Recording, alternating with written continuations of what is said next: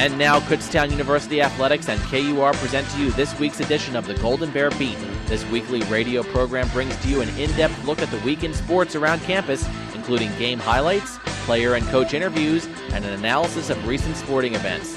Live on campus, let's send it to our host, Adam Dobrowolski.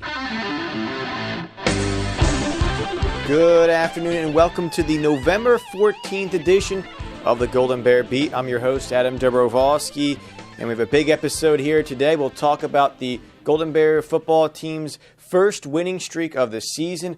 Also previewing the Kutztown women's soccer team in the NCAA tournament, as actually we produced this show early this morning to help gear you up for this afternoon, as already the team on the road, and we'll be having that broadcast tomorrow at 2 p.m. on the Golden Bear Network, but also much more.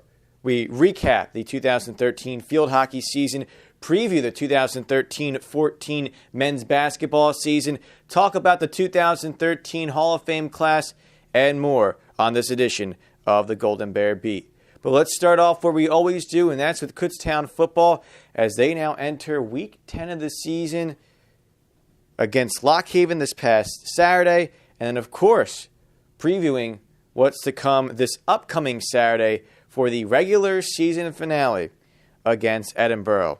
We'll start things off with the Golden Bears looking to get their first winning streak of the season, and that's what they were doing heading into their game this past Saturday at Lock Haven.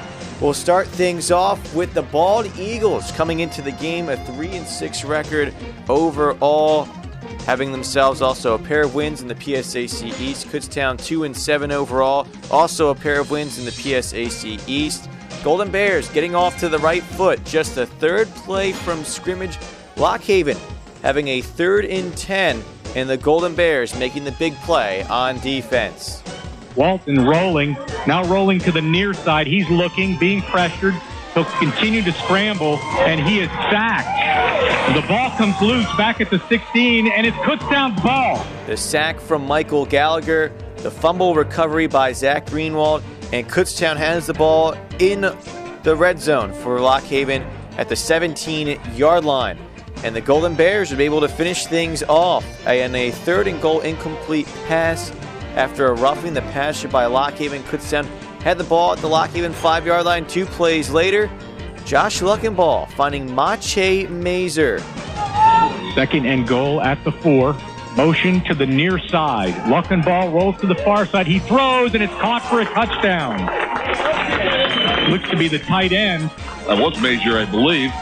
Trying to read his number there, but I think that's who it was. The call to you from WEEU's Matt Santos and Coach Steve Hahn. Extra point good from Andrew Deutsch. Kutztown leads 7-0 against Lock Haven, less than 4 minutes into the game. The rest of the first quarter was about long drives and no points coming from it. Lock Haven took about 4 minutes off the clock on the ensuing drive, but had to punt the ball on a 4th and 21 at Lock Haven's own 47-yard line. Meanwhile, Kutztown on their drive, getting a few first downs, getting the ball, in fact, into Lock Haven territory, but on a 4th and 7 at the Bald Eagles 25. Josh Luckenball with a pass incomplete. A 5-minute drive that went 13 plays results in a turnover on downs. It's a 7-0 game through 1 quarter. Moving forward into the 2nd quarter, the Bald Eagles taking advantage of an interception. Tyreek Morgan intercepted Luckenball, and they would follow up the drive by pushing the ball in the KU territory. It's 1st and 10 at the Golden Bears 19-yard line, and Brandon Brader gets a big run. 1st and 10 for the 19. Here's a draw play. Brader, he has a clear pass up the middle and takes it in for a Bald Eagle touchdown. Brandon Brader, 19-yard. Extra point by LHU good. It's a 7-7 ball game about midway through the 2nd quarter. Exchanging some punts back and forth, so Kutztown would later have the ball with 4:07 to go in the first half, and the Golden Bears would get the job done through the air. Josh Luckenball to Brett Fox on a 3rd and 4, 21 yards and a first down to the Golden Bears 34-yard line. Later on, a big play from Luckenball, this time to Alex Tanis. 2nd and 10 from the 49. 4 receivers again to the near side as Kutztown works from the far hash. 1 to the far side. Luckenbaugh dropping back again with plenty of time. Goes deep over the middle. Has Tawny's wide open. 25, 20, 10, 5. Touchdown, Golden Bears. Touchdown, Golden Bears. Extra point good. Kutztown 4, Lock Haven 7. Golden Bears would get an interception on the next drive. Jalen Nieves with the pick, but the Golden Bears 4th and 4 at the Lock Haven 40-yard line. 39 seconds left to go.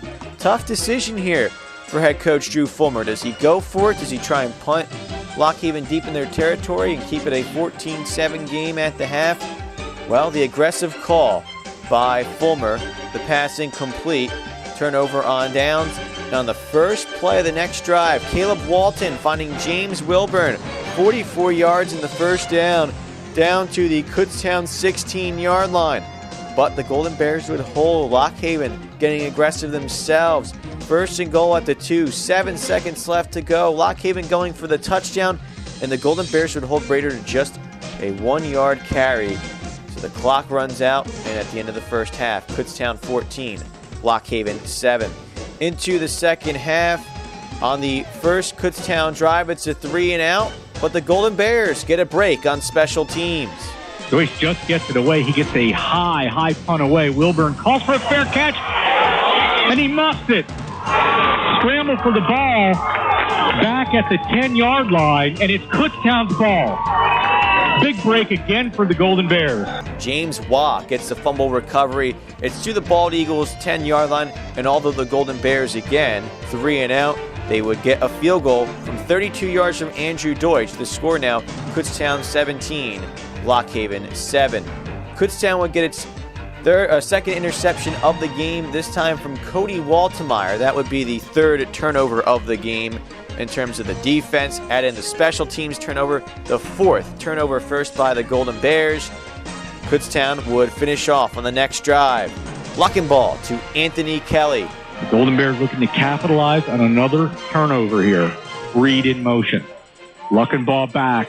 Fade to the far corner of the end zone. It is caught for a touchdown. That looks like Kelly. Anthony Kelly using his size to his advantage. Extra point good again from Andrew Deutsch. 24-7 the score. Kutztown leads. Dylan Mazzoni would come in at quarterback for Caleb Walton for the Bald Eagles.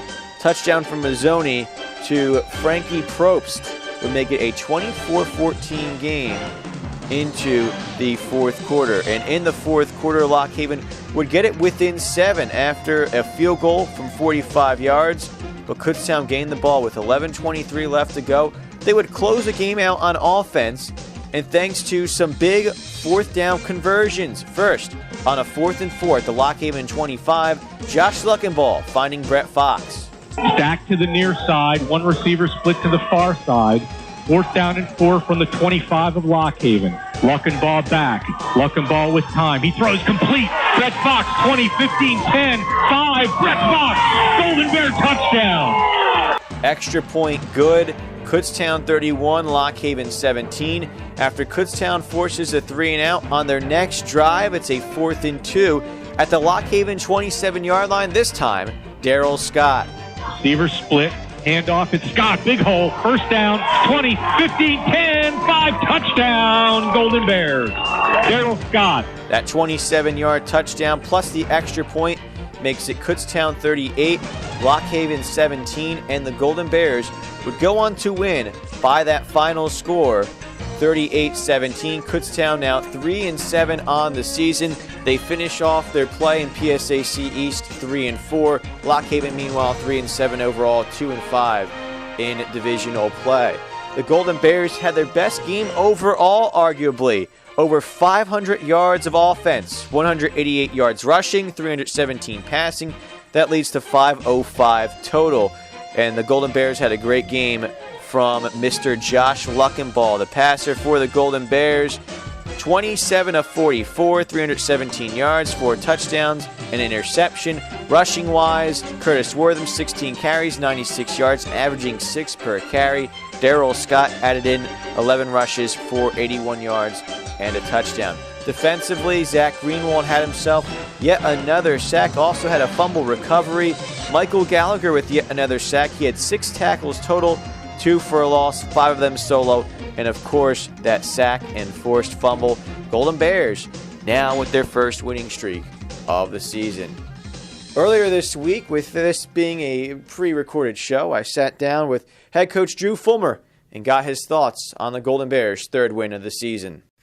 And now sitting down with Kutztown football head coach Drew Fulmer. And coach, Golden Bears have its first winning streak of the season, a 38-17 victory at Lock Haven. Over 500 yards on offense, defensively able to create some turnovers, whether it was through interceptions or fumbles. Just your thoughts overall on the team's play. Well, I thought the kids did a great job coming out and starting fast, and I thought we played a complete team game, probably our best team performance of the season overall between special teams, offense, and defense. Now, this was an interesting game in the sense of some of the timely plays you're able to make. What really stood out in the first half was able to limit Lock Haven, prevent them from scoring to end the first half. How big was that to be able to stop them, keep it a 14-7 game at halftime, and then to get the first 10 points of the second half as well?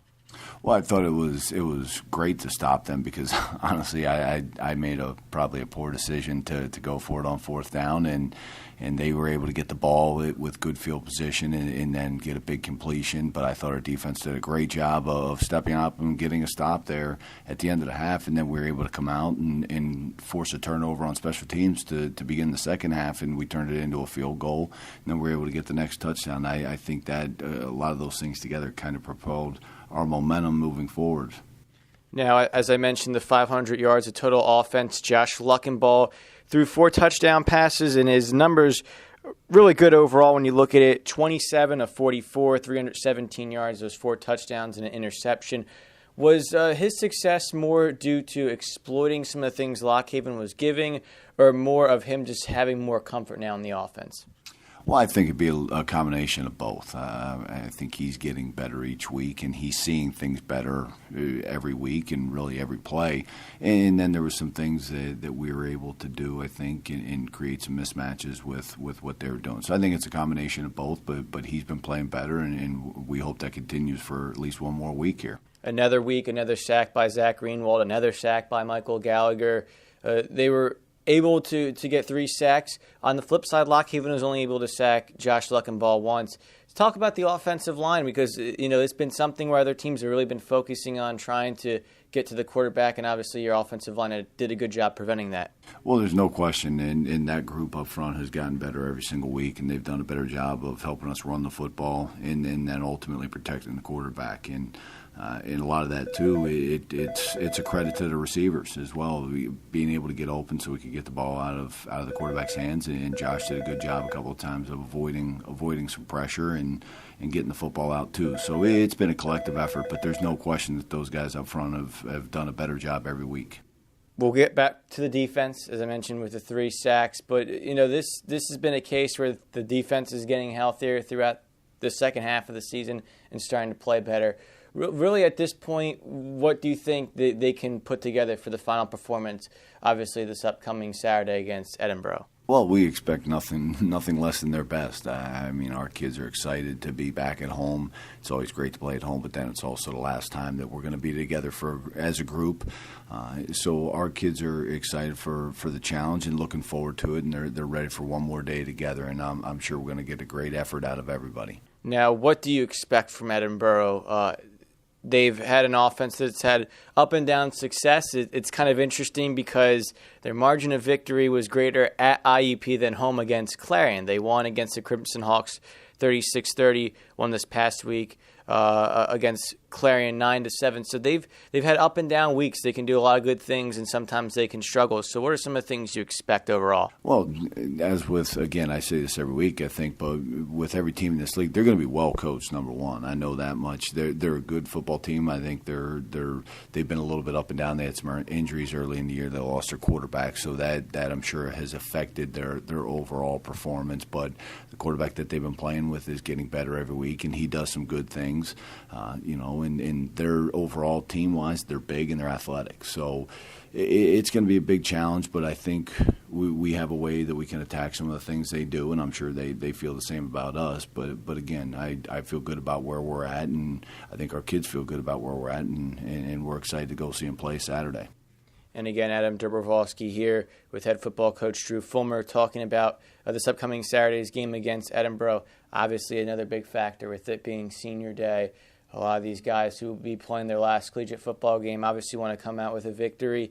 What ways might you guys try to work with that emotion where they don't maybe get a little bit too overexcited, where they're not executing the play, but at the same time they're using that juice to keep them really amped up? Well, I mean, the thing that we ask them to do every week is just play with emotion, and you don't want to ask guys to hold anything back. So, I mean, we're not going to try to say a bunch about it and let it play out.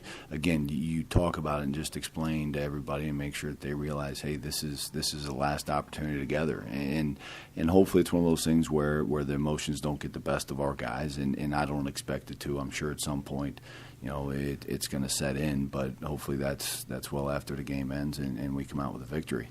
How important do you think it is for the team to finish the season with a 3-game winning streak? I think it's extremely important.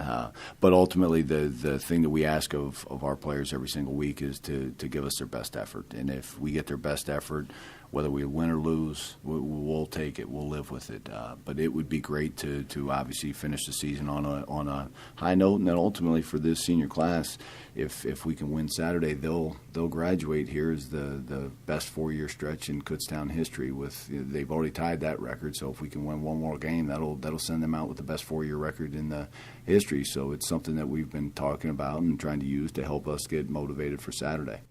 I know this is a bit premature to ask, but heading into this final week, overall, how would you grade just the overall progression of the program during your first year? Because first half of the schedule was quite brutal. There were some close games that would make the record look obviously different if you're able to get the wins at Clarion and Westchester that were 1-point games. But just overall, not taking too much of the record or anything else in terms of wins and losses into effect. Just overall, the play and the progression of the program, what would you grade it at just heading into this final week? I would say we're right where we would like to be. Obviously not record-wise, and when I say right where we'd like to be, because our kids have gotten better every week. Our players have gotten better every week, and it's something that we get their best effort. And I said it before, and I'll say it again, that's the most important thing. Yes, we're trying to win every game that we play, and that's the ultimate objective. But as long as we get better and we give it everything we have, that's all we're ever going to ask for. And again, we've gotten a lot of valuable experience. We played with a lot of young players this year and a lot of guys that are going to be coming back next year that they're going to be better for it. So I think ultimately down the road, though there's been some frustrations and some bumps, I think we're going to be a better team for it in the future. Thank you very much. Again, head coach Drew Fulmer, and best of luck this Saturday. Thank you. And once again, that's head coach Drew Fulmer. We thank him so much for coming on and joining us today on the Golden Bear Beat. We're going to step off to a quick break here. When we come back, we preview the 2013-2014 men's basketball season and also the 2013 women's soccer team in the NCAA tournament. All of that coming back when we return on KUR.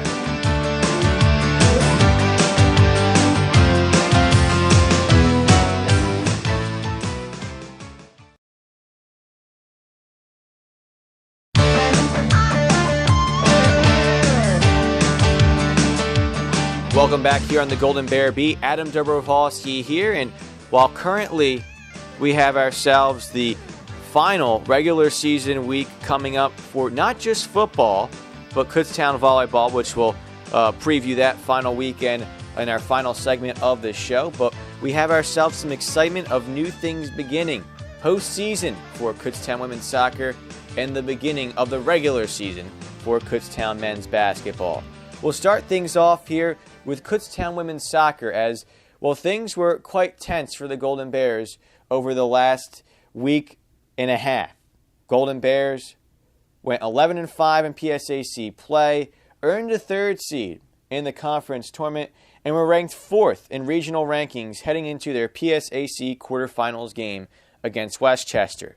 Things started off well for the Golden Bears as they got the first goal of the game to lead the Golden Rams 1-0. But Westchester showed their resiliency, got 2 goals to take a halftime lead of 2-1. The second half had some back and forth, tough physical play, near goals, controversial calls, and pretty much everything you would want in a PSAC battle and a bag of chips. Unfortunately for the Golden Bears, they lost 2-1, and that left the uneasy question if the Golden Bears would make it into the NCAA postseason. As it goes, there's 8 regions, 6 teams in each region, and luckily for the Golden Bears in terms of the Atlantic region, a little bit of a break for the PSAC. The only other conference in the Atlantic region is the Mountain East, and this is their first of 2 years in which they do not have an automatic bid due to NCAA rules. It's a new conference, and for 2 years you do not have an automatic bid. So the Golden Bears may be getting a little bit of extra break in terms of leeway to make it into the NCAA tournament as an at-large. But as it would go, the top seed Cal would end up winning the PSAC tournament, and although you have an at-large lock pretty much in Slippery Rock, lose a first-round game, Gannon, the team that beat the Rock, lost to Westchester in the semifinal round. Meanwhile, you had Shippensburg defeat Edinboro in penalty kicks as well as lose to Cal in penalty kicks. So as it came to this past Monday, you pretty much knew there were going to be 4 teams into the NCAA tournament in the Atlantic region. Cal as the 1 seed, Slippery Rock as a 2 seed, likely Shippensburg as a 3, and likely Westchester as the 4. It would pretty much come down to Kutztown, Edinboro, and Gannon for 2 spots, and as we found out this past Monday night in the NCAA Division II Women's Soccer Selection Show, the Golden Bears got the 5th seed, and they're facing Westchester this upcoming Friday. That's tomorrow, 2 p.m. right here on the Golden Bear Network, as we'll have the call live from California, PA. An exciting time for the Golden Bears. After a very tense week, I talked to head coach Eric Burstein and got his thoughts on the past week. After we lost the quarterfinal game, the first day after that, it was a time to reflect and kind of look back on what went wrong, what we did well. And I think the disappointing thing for us as a program was I didn't feel we put our best 90 minutes on the field, and I felt bad that it would have to end that way. So we were really hoping, the girls and I, that we would get another opportunity. Win or lose in this first round, we want to be able to go out and play our best soccer, and if we're going to get beaten on that day, then fair enough. But we didn't feel like we lost in the quarterfinal playing our best soccer, and we just wanted another chance, another opportunity, at least another 90 minutes to play. Now, overall, as we mentioned, the Golden Bears may have gotten a little bit of an extra break in terms of having 1 extra spot this year for the PSAC, but it wasn't certain that the Golden Bears were going to be in due to the volatile regional rankings over the weeks and more. I got Coach Burstein's thoughts on what he thought were the Golden Bears' chances for an at-large bid. I felt like I felt like the girls deserved an opportunity, but you never know because there's a lot of numbers that people look at. There's a lot of things that it's not just about national rankings. There's a lot of things that go into picking the top 6 in the region. So, we just wanted that next opportunity, and I felt confident, but cautiously optimistic really is the word. Now, obviously, it's not just the excitement for the head coach, it's the excitement for the players. And I talked to sophomore captain and midfielder Diana Malanga, who made it to all PSAC second team. I got her thoughts on the Golden Bears getting selected. We kind of wanted the matchup of Westchester because we didn't play our best last game. So, the anticipation was literally that's all we talked about as a team. Like in classes when I would see teammates, that's all we talked about. And feeling very relieved that we made it in. Now for the Golden Bears this season, what was a long time coming to make it into the NCAA postseason. Remember last year, the Golden Bears had a strong start to the season, then a loss to Cal, ties with IUP and Westchester towards the end of the season knocked the Golden Bears down to the 5 seed in the PSAC championship tournament. After the Golden Bears couldn't practice a lot due to Hurricane Sandy, the Golden Bears had to travel up to Edinboro and lost 2-1 and they were out in the quarterfinals. But being the 5 seed and having the 7 seed, Slippery Rock, win the PSAC tournament pretty much knocked the Golden Bears out of playoff contention. As a result, the Golden Bears missed the NCAA tournament. This after making it to the tournament 2 years ago. So the Golden Bears were looking for a little bit of redemption this year. And unfortunately for them, they started off the year 1-3. In fact, their only win of the first 4 games was against West Chester in a 3-2 home victory. But the Golden Bears fought back, and now 12-6, they have an 11-3 record in their last 14 games. Malenga commented on the Golden Bears overcoming their 1-3 start. We fight, like, no matter what. When we're down, we fight. We come from behind in games quite often. Unfortunately, we have to play from behind. But I think it's a big deal, like, for us to have that adversity in the beginning of the season and then end up third in our conference. Like, that doesn't happen quite often. So I think it really shows how much we can fight. A big factor for the Golden Bears this season was the standout play of the young players, helping out the standout play of their top scorer in Sam Costello. Costello got mentioned by the PSAC, making all PSAC first team as a forward, but she's been able to kind of work together more and more as the season's gone with her young teammates. Costello led the Golden Bears in the regular season, 6 goals, 10 assists for 22 points, but the play of Megan Frailer as the season progressed, 7 goals, 7 assists for 21 total points. And Elena Curry, 7 goals for 14 points, really in particular helped the Golden Bears to improve as a team and go 11-3 in their last 14 games. I talked to Costello and got her thoughts on the improving supporting cast for the Golden Bears. Yeah, definitely the development of all the freshmen has been tremendous. Over the past couple of practices, just scrimmaging, it's really come together, and I think going into this next game, it's going to help us so much. And really, that's going to be a key for Kutztown moving forward as they play West Chester on Friday. If they win, they'll have a Sunday game at noon at Cal on the Golden Bear Network for the second round of the NCAA tournament.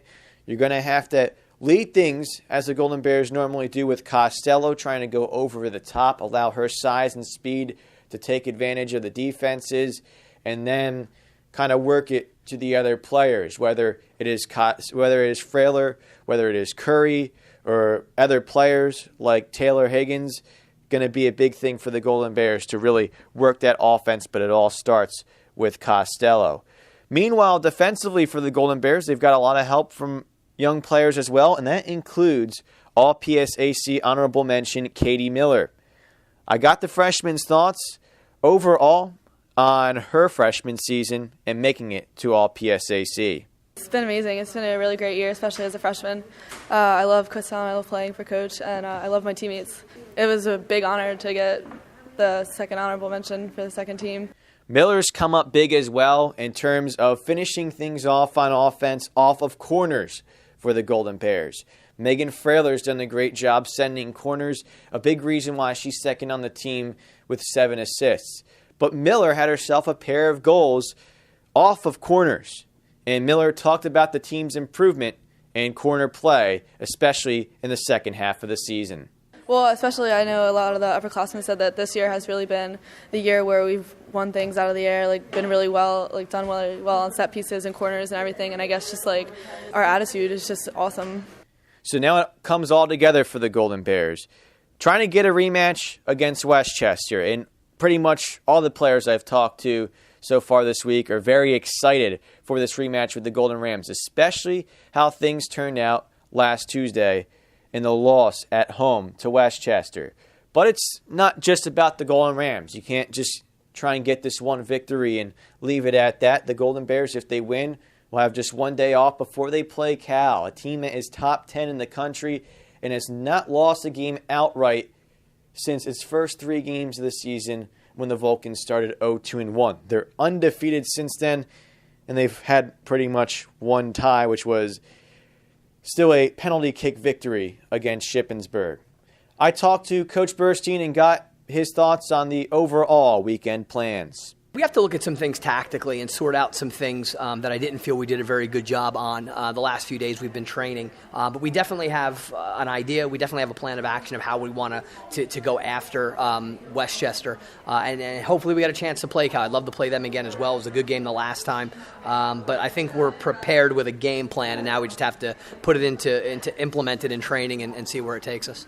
And of course, from the player perspective, we want to see what the Golden Bears think about their NCAA experience. In Kutztown women's soccer history, there has not been a win in the NCAA tournament, but the Golden Bears have knocked on the door, and that included 2 years ago when the Golden Bears lost to Slippery Rock. I talked to a junior in Sam Costello on the NCAA experience for the juniors and seniors and how that might help the younger players. It's going to help a lot, because a lot of the freshmen, they haven't had this experience before. And it could be, it's a little frightening, to be honest. But, we'll talk to them and say, listen, this game's huge. Don't be nervous. And it definitely helps to have them as leaders because they're really vocal and they'll help us out. Once again, Golden Bears women's soccer against Cal tomorrow. Once again, Golden Bears women's soccer against Westchester tomorrow at 2 p.m., For Kutztown this season, their only come-from-behind victory and their only loss when leading came against the Golden Rams. It promises to be a great game, and we hope the Golden Bears can get their first NCAA victory of the school history. And if they do, they'll be playing Cal Sunday at noon. Now we move forward from one team in the NCAA tournament to another team beginning its regular season, and that is the Kutztown men's basketball season. Last year was a very tumultuous season for the Golden Bears, a 5-23 record brought on by a lot of injuries. In fact, the Golden Bears finished last year with only 5 players, and pretty much for the entire second half of the season, Kutztown had fewer than 10 players, which meant they had to practice without going 5-on-5, not having that repetition, having a lot of players tired, playing game in and game out full minutes, practicing time in and time out, not getting much rest. It was a Golden Bears team that got quite tired and lost a lot of close games down the stretch to finish 5-23. That is obviously not the standard under head coach Bernie Driscoll, who has led the Golden Bears to 3 PSAC East crowns. For now, the Golden Bears are focusing on getting that standard right back to the top in the PSAC East. And of course, it's going to start things off with the 3 returning players for the Golden Bears: Tyler Brooks, Tracy Peel, and Ryan Connolly. But first, Coach Driscoll commented on the team standard and the expectations for the season. We want to get back to where we were. We want to get back to winning PSAC championships. We want to get back to the playoffs. And I think we recruited with that in mind. Albeit our team is pretty young, but we have some very, very talented young people playing. And I think we'll be a lot better team in January than we are now. We do expect a lot from ourselves, and we will, we're working toward it. And we've had 3 great scrimmages, beat a Division I team. So, things are, I think we will surprise some people, but with the young team, you're going to have some ups and downs. Among the 3 returning players, the key will be the senior in Tyler Brooks. Last year, he was second on the team with 11.7 points per game and first on the team with 6.8 rebounds per game. Coach Driscoll talked about the expectations of what he sees in Tyler Brooks this season. Tyler Brooks is going to be our heart and soul. I think as we go, as Tyler goes, we're going to go. No question in my mind, he's the most athletic player in the PSAC East. I was really disappointed that he wasn't named to an all-PSAC preseason team, but, it kind of alludes to what you said earlier that, people really don't expect a whole lot from us this year. I think the rules this year have changed to Tyler's advantage. With the hand checking, with the very closely guarded rules, they're now supposed to be called.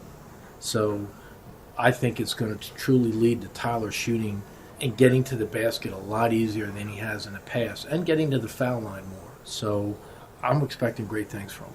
As for Tyler himself, he talked about his role as a leader on this team. Yeah, we brought in a lot of new guys, which everybody knows about. There's a lot of talent, a lot of young talent, and it's been my job in the preseason to raise them up and show them the ways of Kutztown and how we work and how college is. And I think they've made a very nice transition so far, and it's shown in our scrimmages. Even against Coppin State, we played them tough and even played great against them. So it's looking good right now.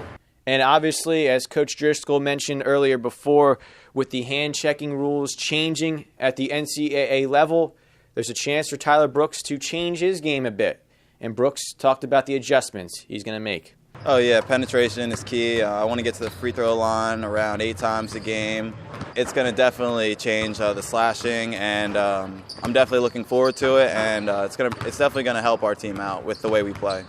Also a big factor for the Golden Bears, Tracy Peel. Peel was third on the team last year with 10.4 points per game and second on the team with 6.5 rebounds per game.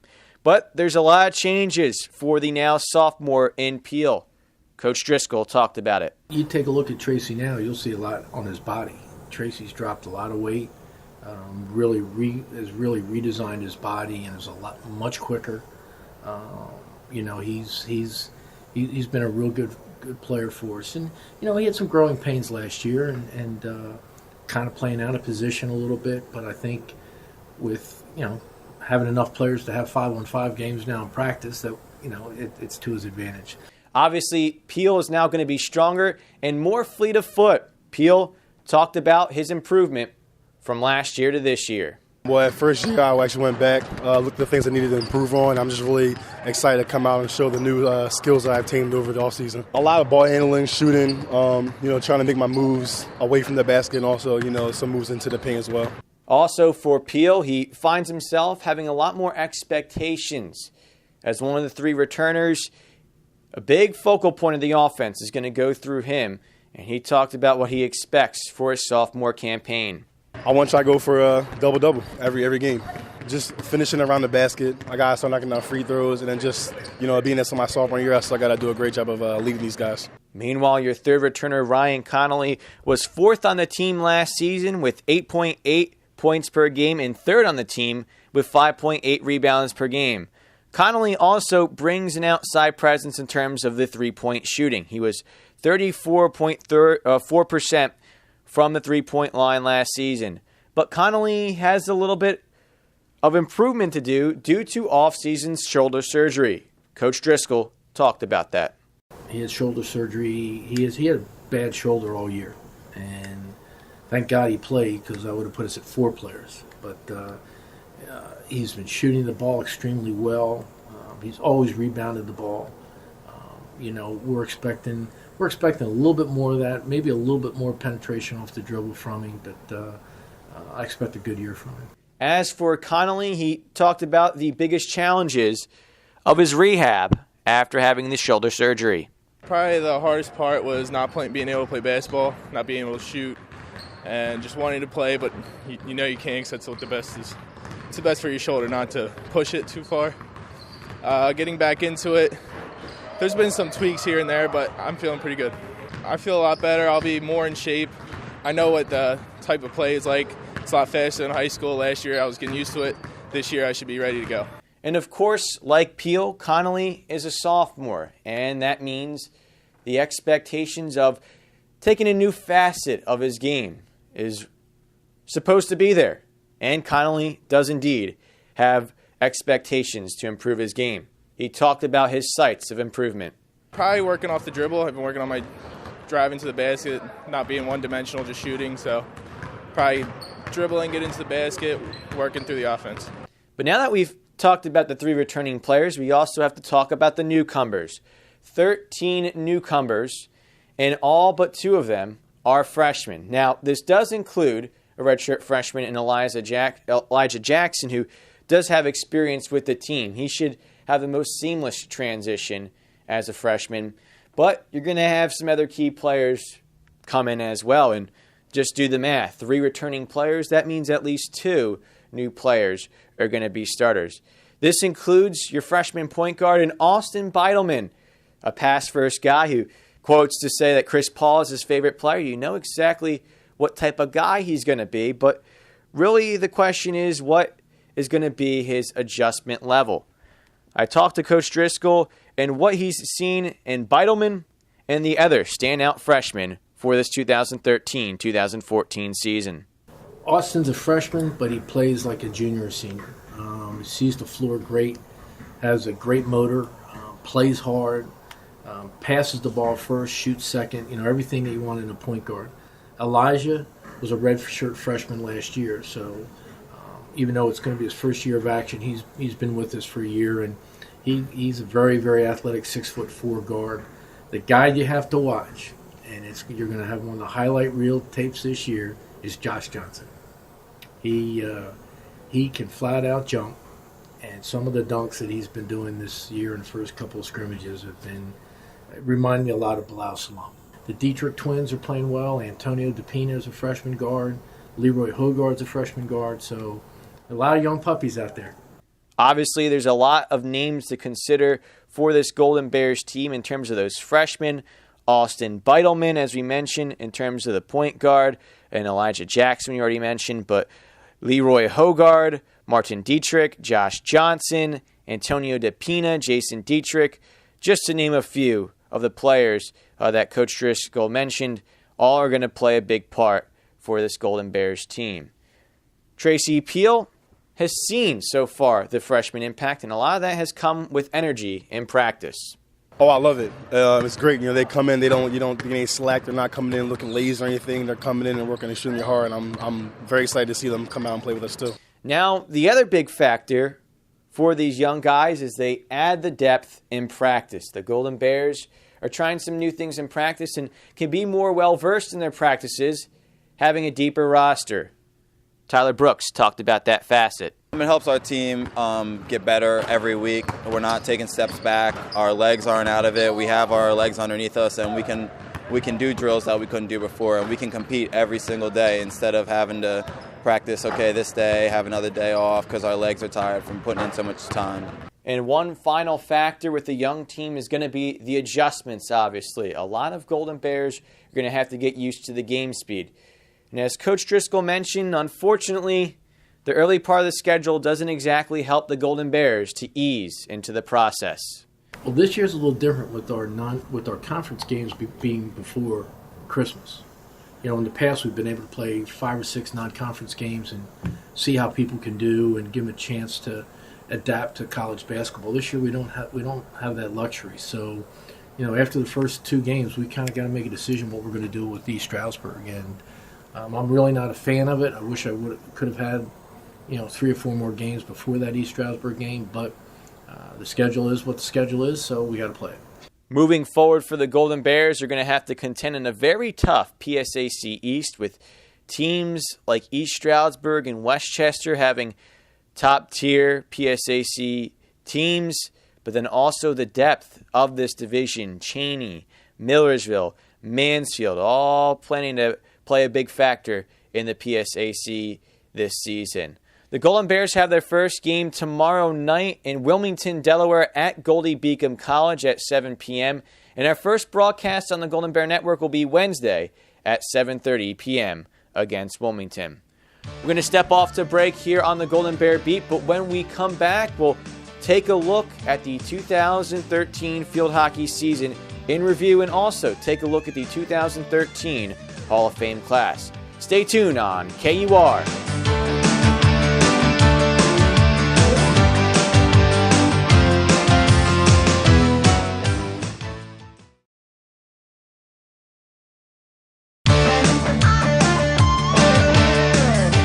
Back here on the Golden Bear Beat, Adam Dobrovolsky here, and while we usually have our final segment for a quick rapid fire of Golden Bear athletics, we're going to focus our thing here to close out the show on 3 things. First off, it's the final week of the regular season for Kutztown Volleyball. We'll have ourselves our 2013 volleyball season in review coming up on the next Golden Bear Beat as the Golden Bears will finish off their season having 2 games against Cheney on Friday, both at Keystone Arena, and then Saturday afternoon at Keystone Arena. Make sure to go out and root on those Golden Bears as they finish off their season, hopefully with 3 victories. But Kutztown having themselves a 5-set loss at Millersville this past Saturday, and then the day before losing in straight sets to Pitt Johnstown. It was a tough way, to Shippensburg, not Pitt Johnstown, but it was a tough way for the Golden Bears to lose those 2 games and officially be knocked out of PSAC contention. It's got to be something for the Golden Bears to finish off the season with 3 wins.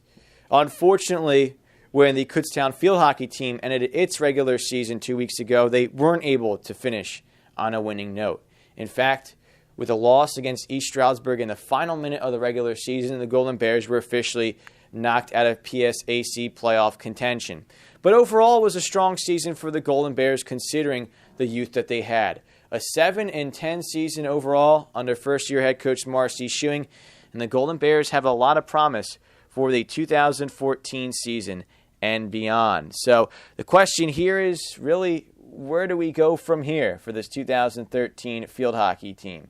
Golden Bears able to get 3 PSAC victories, 1 against Slippery Rock, 1 against Mercyhurst, and 1 against Seton Hill.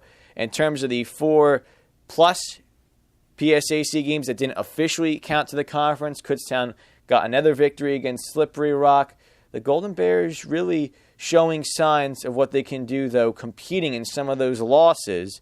3-0 against Bloomsburg at Bloomsburg, a home loss to top-ranked Shippensburg 3-1, a 2-0 loss against the PSAC champions on the road in Millersville 2-0. The Golden Bears have a lot of hope moving forward to 2014. But obviously, I wanted to get thoughts from head coach Schuing on her first year overall with the Golden Bears. I think it went pretty well. I think there was lots that we learned. I think there's a lot of area for improvement for next season. There's a lot to build off of. Absolutely, we were a very young team, and I think by the end of the season we started to get it. Of course, the impact of Schuing is going to be felt throughout the roster, and it wasn't just for the 3 seniors who are graduating. In terms of the midfielder, Aaron Reynolds, who got named to All-PSAC first team, forward in Jamie Koenig, and midfielder and defender in Ellie Skinner. It was also felt with the younger players. Beyond the freshmen, you had some returning players, including All-PSAC second-team player in Aaron Danner, who had a standout season as a defender. I talked to Danner yesterday and got her thoughts on the impact of Marcy Schuing through year 1. I was nervous at first, but it was awesome. We didn't just learn a lot. I mean, she drilled us and we did a lot of fitness stuff and we did a lot of conditioning, but it was a lot of fun too. Most of it was fun. At the beginning of practice, she'd always come up with some kind of thing for us to do and just to lighten us up and lighten the mood. So it was great. Breaking down the numbers for the Golden Bears, Danner, that All-PSAC second-team player, did a great job defensively, leading the Golden Bears with 6 defensive saves, but also did a great job in terms of the offense. She led the corner play for the Golden Bears and finished with 5 goals and 3 assists. The leading scorer, of course, your All-PSAC first-team player in Aaron Reynolds, 10 goals and 4 assists. Meanwhile, Jamie Koenig led the team with 4 goals and 7 assists. Those 7 assists, the team high. Anna Boehm, second on the team in scoring overall, 7 goals and 6 assists. Obviously, 2 of those players were seniors in Reynolds and Koenig, and then in the backside on defense, Ellie Skinner as well had a huge impact for the Golden Bears, and Aaron Danner talked about that impact. Reynolds, she was such a strong leader there in the middle, so we might not have that next year, so we're going to have to work more as a team instead of just always looking for her. We could always rely on her. So next year, we're really going to have to rely on each other, and Jamie, she was a great forward. We're going to miss her. And Elle, she was great in the back and, in the midfield, too. So she's going to be irreplaceable as well. Beyond the 3 seniors, you have a lot of young players on this Golden Bear teams, primarily freshmen and sophomores. And Coach Schuing talked about some of the youth factor for the Golden Bears playing impact on this 2013 season. Sometimes the Golden Bears gave up leads, including having a 2-0 lead at home to IUP, but losing 4-2. But then, of course, bouncing back and getting some big victories, including the one at Mercyhurst, 5-4. Coach Schuing talked about the youth factor. That's the beauty of being young. There's two things. One, there's good and bad. The bad thing is that when you're up 2-0 on IUP at halftime, and then you allow 4 goals in the second half, that's a young and inexperienced thing. But then the other good part is they forget about it by the next game because they're young and inexperienced. So every game for them, they came out and just played hard. And I do believe that those games this year that we sort of lost the mental aspect, we're going to be a lot mentally tougher next year, and we're going to have a lot more experience on the field. So I think we're going to win those games. Of course, we would like to know who are some of those players who will stand out for 2014 and beyond. Coach Schuing talked about some of the potential key players in the future for the Golden Bears. I think Erin Danner and Rayanne Fink on defense had just an outstanding year. Both of our goalkeepers, Denlinger and Rachel Sanders, they did a good job at different points throughout the season. And then I also think that Liz McKiddish as a freshman and on defense really stepped up. And Anna Bame, was awesome on offense. Annalise Gaspich is a great role player for us. She subbed in our first sub off the bench every time as a freshman. Jess Strohecker did play every game this season, but she was sort of a quiet leader on that field. And she'll really have a breakout season next year. Megan Tewald, also a freshman, really had a lot of minutes. So that's going to help her in the future, but she's really turning into a great forward. And of course, we need to finish things off here with a nice, neat little bow. I asked Erin Danner her thoughts on really what was the best part about the 2013 season. I think we did get a lot closer as a team. The freshmen really helped with that. And the best thing really was that we were moving forward. And if we did lose a game, we didn't get down on ourselves. We talked about it afterwards. And then we were like, let's move on, focus on the next one. So it was one game at a time. And we kind of always just pushed forward instead of hanging our heads down. And for one final note, Coach Schuing talking about her off-season message on what the Golden Bears need to get done before they head into camp in summer 2014. I think there's two things. One, I think the fitness aspect is huge for us, and I think we need to get stronger and faster, bottom line. And two, I think they need to realize that they need to be motivated by the fact that there's going to be a large freshman class coming in that are going to want those spots. So they're going to need to motivate themselves to work really hard in the offseason to keep their spot or earn a starting spot. We wish the best of luck for the Golden Bears field hockey team moving forward. Good season this year. Didn't show as much in the standings as perhaps the Golden Bears would have liked, but 7 wins overall, 3 in conference play, in position to make the PSAC postseason in the final regular season game. Things are looking up for a young team moving forward. And from the hopeful future now to reminiscing on the greatness of past Kutztown athletes. This Saturday, the Kutztown University Athletics Hall of Fame will induct its 2013 class. So the inductees will officially be enshrined into the Hall of Fame. The 35th annual class includes Sarah Brandon Woodward of women's volleyball, class of 2007, Jeremy Culver of men's track and field, class of 1999, Shannon J. Daggett, women's track and field and field hockey, class of 1998, Kelly Evans of softball, class of 2003, Greg Gristick of football, class of 1981, and finally Bilal Salam of men's basketball, class of 2005. These are many great athletes that represent what Kutztown has been about throughout the years. And let's quickly look at these athletes, beginning off with Woodward, a 4-time All-PSAC selection, including 3-time PSAC East Player of the Year and 5-time All-Region Performer.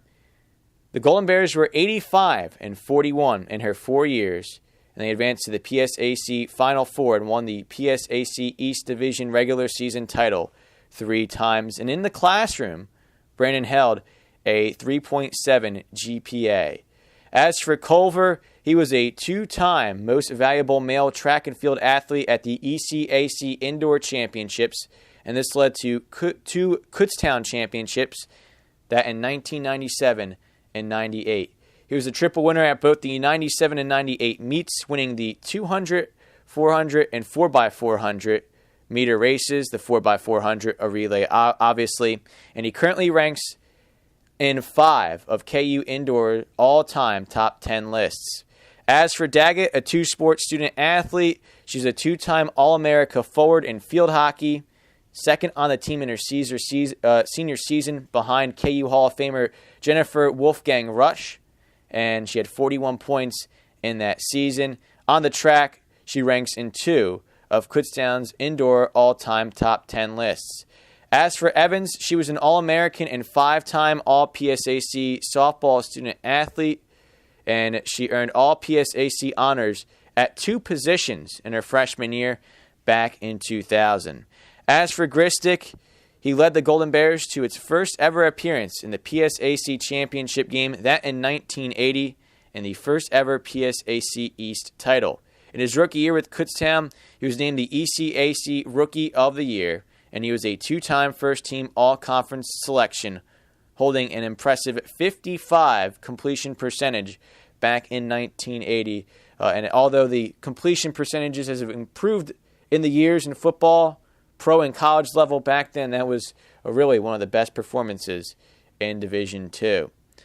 Bilal Salam, we wrap things up with him, a 4-time All-PSAC East selection, including first-team honors in his senior season. He was named the PSAC East Player of the Year as a senior in 2005, where he set career highs in scoring, rebounding, and field goal percentage. And he set both the KU and PSAC career shot blocking record and finished 3rd all-time in Division II with 408 blocks. We thank those Hall of Famers for their contributions as athletes and congratulate them on being recognized by Kutztown University. They will be honored at halftime at the Golden Bears regular season finale for the football game at 1 p.m. against Edinboro, and they will have the enshrinement ceremony at 10 a.m. on Saturday. That just about does it for this edition of the Golden Bear Beat. Adam Dobrovolsky signing out. As we always do, go Bears, go.